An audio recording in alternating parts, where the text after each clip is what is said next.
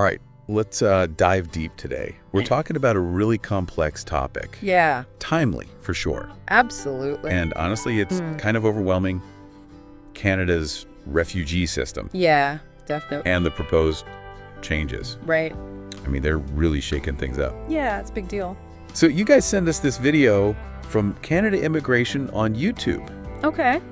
Which, they keep people updated on all the latest developments with Canadian immigration. Right. And let me tell you something. Yeah. This deep dive, it's going to be full of, wait, what?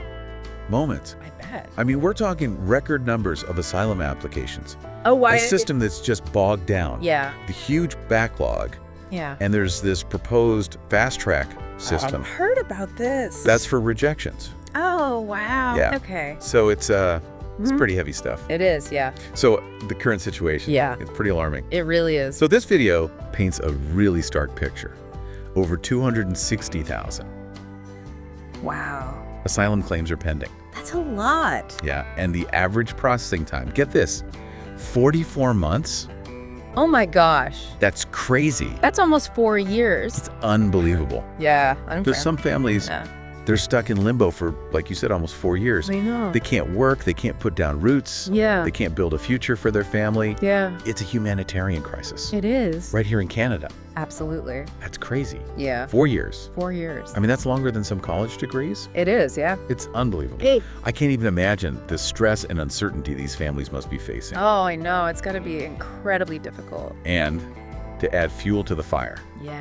the video mentions that 2023 saw a record-breaking Oh, no. 141,000 asylum applications, Wow. the highest number in Canada's history. That's a huge number. It's massive. Like, yeah. So what's driving this surge? Well, it's a bunch of factors, really. Yep. I mean, global displacement is at an all-time high, right? Right. You've got conflicts like the war in Ukraine, Yeah. economic instability, Trend and the north. effects of climate change are getting worse and worse. Absolutely. So people are being forced from their homes Yeah. for all sorts of reasons, Yeah. and they're looking for safety Yeah. and opportunity. Of course. And the video also talks about the different ways asylum seekers are actually getting into Canada. Okay. Some of them come by plane, Right. and then they make a claim when they're here. Okay. Others, they overstay their temporary visas. Oh, I see. And some people even file claims from right here in Canada Oh. after they came here on student or work permits. So we've got this system that's supposed to offer refuge to people in need, Right. but it's totally buckling under the pressure of Yeah. all these applications. Yeah, it's overwhelmed. So with the system under so much strain, Mm-hmm. what's the government going to do about it? Well, What's the plan? the video highlights this big reform Oh. that the government wants to put forward. Okay. It's a plan to fast-track rejections Really? for asylum claims that they think are unlikely to succeed. So basically, they're going to give immigration officers more power Right. to quickly say no Got it. to claims that they don't think have enough evidence or, have some inconsistencies. I'm trying to understand that. Yeah. How do they decide which claims are unlikely? It's a good question. That sounds really subjective. Yeah, it is a sensitive area. Yeah, And the video brings up a lot of questions I bet. about how they're going to do this. Yeah. So the video talks about some of the things immigration officers are going to look at. Okay. How much evidence does the applicant have? Okay. Are there any parts of their story that don't quite add up? And where are they from? Right. Some countries just have a really low rate of refugee recognition. Oh, I see. So the government's saying that by doing this, Well- right, by weeding out these weaker claims quickly, Yeah. they can use those resources Yeah. to process the genuine cases faster. So it's all about prioritizing speed and efficiency. Yeah, that's their main argument. Okay. That's what they're going for. But I can already see some problems. Yeah, me too. What about mistakes? Right. How can Oh. they be sure it's fair? Yeah, that's a big concern. That's a huge concern. It is, and Yeah. that's where the video brings up this thing called LMIA. LMIA. Yeah, it stands for Labor Market Impact Assessment. Okay. You see, some people are worried Uh-huh. that some people are using these temporary worker programs Yeah. just as a way to get into Canada, and then they file a refugee claim even if they never really planned to seek asylum. So they're trying to kind of game the system. Yeah, that's the worry. Okay. So the government's talking about getting tougher on those programs, Okay. especially in industries like agriculture, Yeah. construction, Right. hospitality, places where they use a lot of temporary workers. Can you explain what LMIA is? Sure. So an LMIA, Uh-huh. it's basically a check that employers in Canada have to get Okay. before they can hire someone from another country. Right. It's supposed to show Okay. that they couldn't find a Canadian to do the job. I got it. So they really tried, Yeah. but they couldn't find anyone here. Right. So by making that process tougher Right. and making sure it's not being abused, Right. they're hoping to, Yeah. take some pressure off the asylum system. So they're trying to close that loophole. Exactly. Yeah. That's the idea. But even if that works, Yeah. we still have this big question. Can they really speed things up without sacrificing fairness? It's a tough question. What about the people who are really fleeing danger? Right. What happens to them? Yeah. It's a tough one. It's a really tough one. And you know what? What? Public opinion is really divided on this. Let's talk about some of the reactions and concerns that the video highlights. Okay. They really get to the heart of this whole debate. For sure. It's complicated, It is, yeah. but it's important. Absolutely. It's really important. For sure. The video does a good job, I think, of Yeah. showing how Canadians feel about these reforms. Yeah. I mean, it's not a simple issue, is it? No, it sounds like Canadians are really struggling with this. Yeah. So what are people saying? What are the arguments on both sides? Well, on the one hand, you have people who think Yeah. that fast-tracking rejections, that's just something we have to do. Okay. They say the current backlog, Right. it's just not sustainable. Okay. And the only way to fix the system Yeah. is to make it more efficient.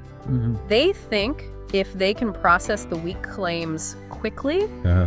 that'll free up resources Okay. so they can really focus on the cases that seem more likely to be successful. So they're saying that being efficient is the best way to make sure that the people who really need protection Right. actually get it. Exactly. Okay. So what about the other side? Yeah. What are the people who don't like this approach saying? Well, groups like the Migrant Workers Alliance for Change, Okay. they're saying that speed shouldn't come at the cost of fairness. Right. They're worried that a rushed process could lead to people being rejected wrongly. Oh, wow. Yeah, And sent back to dangerous places. exactly. That's their big fear. That's a scary thought. It is, yeah. So what parts of these reforms are people most worried about?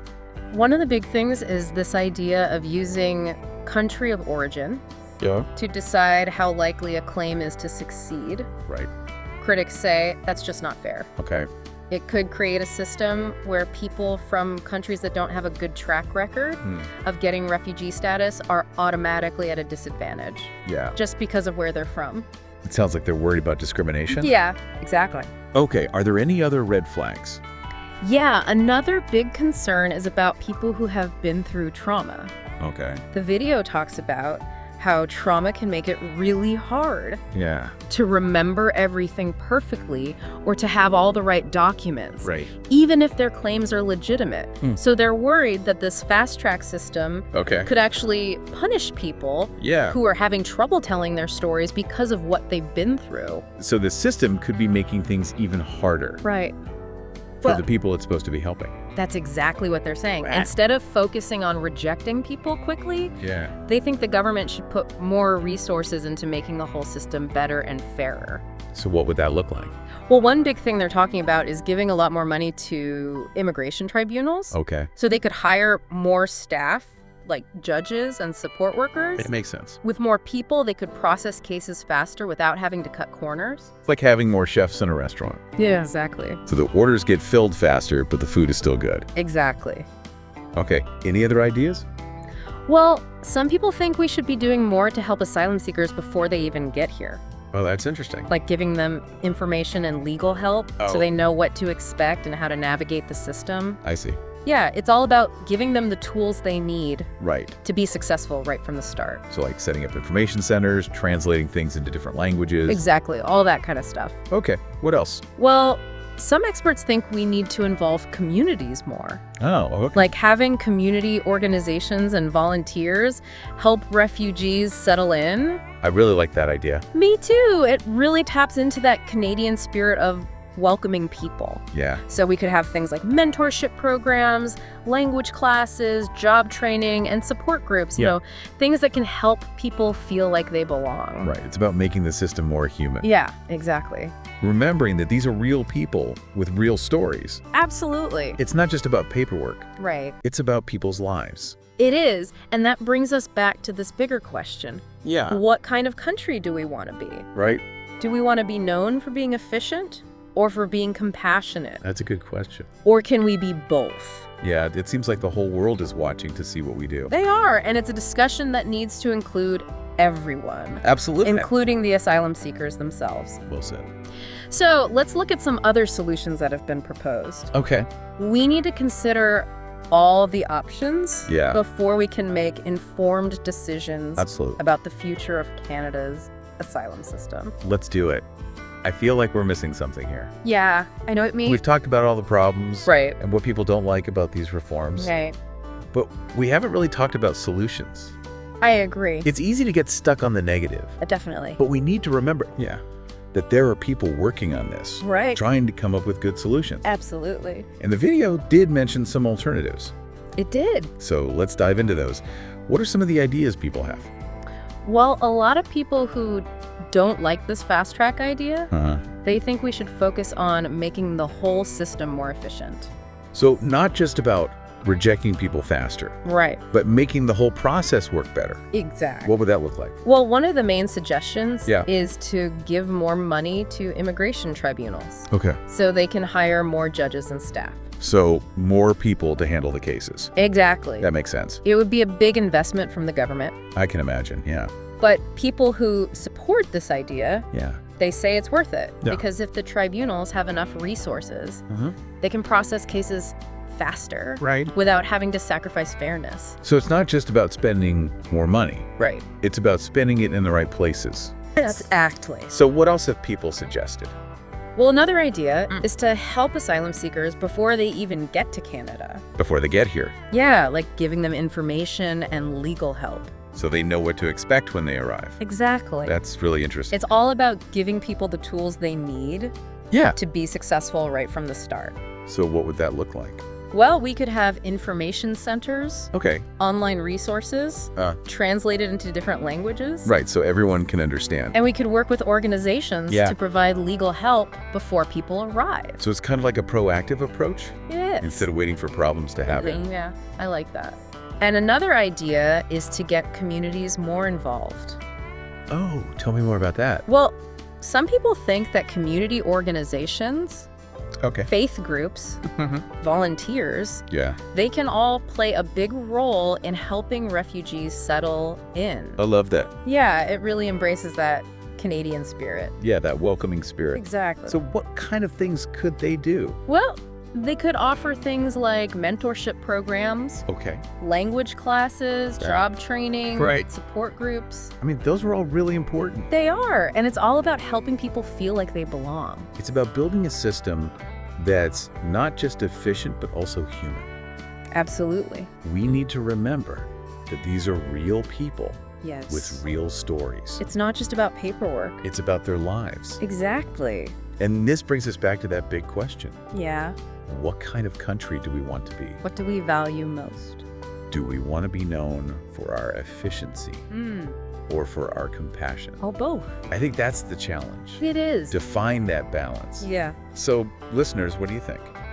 What are your thoughts on all of this? How can Canada find that balance between being efficient and being compassionate? Yeah. Let us know your thoughts. We'd love to hear from you. This is a conversation that needs to keep going. Absolutely. We're all in this together.